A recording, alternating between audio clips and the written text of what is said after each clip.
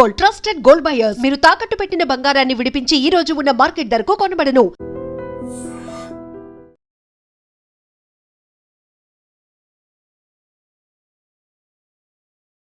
I dream ప్రేక్షకులకు నమస్కారం.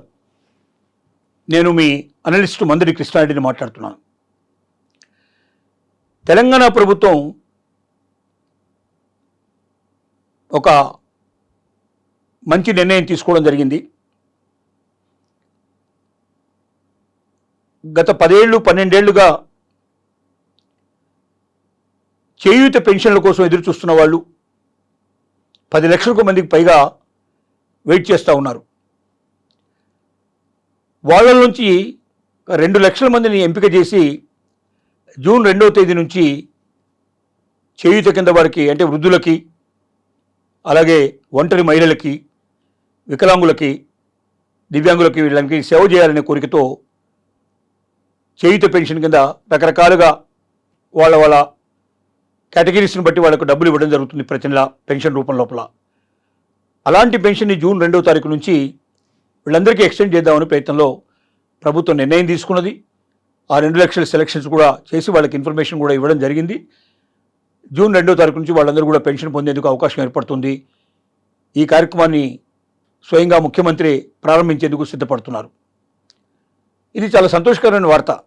ఎందుకంటే చాలామంది బతకడమే కష్టంగా భావిస్తున్న పరిస్థితులు ఉన్నారు. ముఖ్యంగా వృద్ధులు పైన ఉండే ఎఫెక్ట్ చాలా ఎక్కువ ఉంటుంది. పిల్లలు తల్లిదండ్రులు వదిలేసి వెళ్ళిపోతున్నారు. వాళ్ళ కోసం వీళ్ళు చాలా కష్టపడి అప్పులు తెచ్చి, ఆస్తులు అమ్మేసి, వాళ్ళ ఉద్యోగ ఉపాధి అవకాశాల కోసం చెప్పి, చదువు కోసం అని చెప్పి ఎంతో తాపత్రయపడ్డటువంటి తల్లిదండ్రులు ఉన్నారు. కానీ వాళ్ళని ఒకసారి రెక్కలు వచ్చిన తర్వాత, వాళ్ళకు ఉద్యోగాలు వచ్చిన తర్వాత, లేదా వ్యాపారాల్లో స్థిరపడిన తర్వాత తల్లిదండ్రులను దూరం పెడుతున్నారు. తల్లిదండ్రుల దగ్గరకు వచ్చే ప్రయత్నం చేయడం లేదు. ఒక పెద్ద జాతీయ సంస్థ చేసినటువంటి ఒక సర్వే ప్రకారంగా 179 మంది పిల్లలు తల్లిదండ్రుల అంత్యక్రియలకు అటెండ్ కావడానికి సిద్ధపడటం లేదు, ఇష్టపడటం లేదు.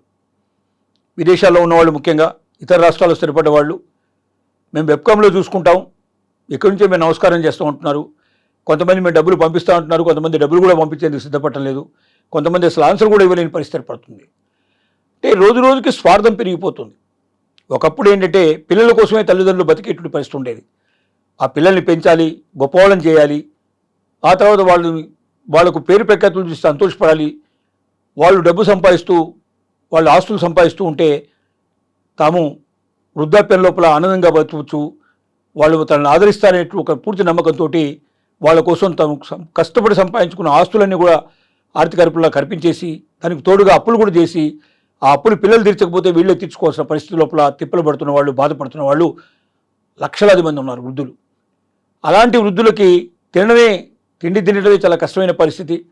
అసలు వాళ్ళకి 3 పూటల నోట్లోకి పోయే అవకాశం కూడా లేని పరిస్థితిలో చేయూత ద్వారా ప్రభుత్వం కల్పించేటువంటి 3,000 రూపాయలు, ఆంధ్రప్రదేశ్ లాంటి దాంట్లో అయితే 4,000 రూపాయలు, ఇలాగే వికలాంగులైన వాళ్ళకి కూడా కొంత అమౌంటు ఆంధ్రప్రదేశ్లో చాలా ఎక్కువ ఇస్తున్నారు, మిగతా చోట్ల కొంత తక్కువ ఇస్తున్నారు. అలాగే మరి ఒంటరి మహిళలు, భర్త చనిపోయిన వాళ్ళు, మరి తోడు లేనట్లు వాళ్ళు, పెళ్లి కానట్లు వాళ్ళు, ఒంటరిగా ఉండేవాళ్ళు పరిస్థితి, అలాంటి మహిళలకు కూడా చేయూతనిస్తూ ఈ పెన్షన్స్ ఇవ్వడం జరుగుతుంది. ఇలాంటి పెన్షన్స్ అన్ని పొందడం వల్ల వ్యక్తి తన కాళ్ళ మీద తను నిలబడడానికి ఎంతో కొంత, అది సరిపోతుందా లేదా అనే దానికన్నా something is better than nothing అనే పరిస్థితి లోపల ఏమీ లేని దానికన్నా ఎంతో కొంత ఉండడం మేలైన ఉద్దేశంతో ఆ పెన్షన్ కోసం అని నోరు తెచ్చుకొని కూర్చూ 4 రోజులు వెయిట్ చేసేట్టు పరిస్థితి ఏర్పడుతుంది. మరొక 2 లక్షల మంది దీంట్లో జాయిన్ అవ్వడం వల్ల ఇప్పుడున్న వాళ్ళకి తోడుగా మేలు జరిగే అవకాశం ఉంది. గత 12 సంవత్సరాల నుంచి ఏ ఒక్క కొత్త పెన్షన్ ఇవ్వడం జరగలేదు. ఇప్పుడు ఆ పెన్షన్స్ అన్నీ రివైజ్ చేసేసి ఇస్తున్నారు. అలాగే మరి రేషన్ కార్డులు కూడా 10 ఏళ్ల పాటు తొక్కిపట్టడం జరిగింది. వాటన్నిటికీ మళ్ళీ తిరిగి అర్హులైన వాళ్ళందరికీ రేషన్ కార్డు ఇవ్వడం జరిగింది. ఇలాంటి కొన్ని వినూత్నమైన ప్రయోగాలు, కొన్ని మంచి విషయాలు ప్రభుత్వం చేస్తోంది కాబట్టి ప్రజల్లో కూడా మంచి పేరు వచ్చే అవకాశాలు ఉన్నాయి. ఇంకా ఎన్నో విషయాలు చేయాల్సి ఉన్నాయి. భవిష్యత్తులో ఒకటొకటిగా చేసుకుంటూ వెళ్ళి ప్రజల విశ్వాసాన్ని కొనాలనే ప్రయత్నంతో ప్రభుత్వం ప్రయత్నం చేస్తూ ఉంది. అది ఇంకా మేలు జరగాలని, ఇంకా కొన్ని లక్షల మంది దీంట్లోకి రావాలని, వాళ్ళందరికీ 10 లక్షల మందిలో 2 లక్షల దగ్గర ఇంకా 8 లక్షల మంది ఉంటారు కాబట్టి వాళ్ళు కూడా మ్యాక్సిమం వీలైనంత వరకు వాళ్ళకి సహకారాన్ని అందించాలని మనం కోరుకుందాం.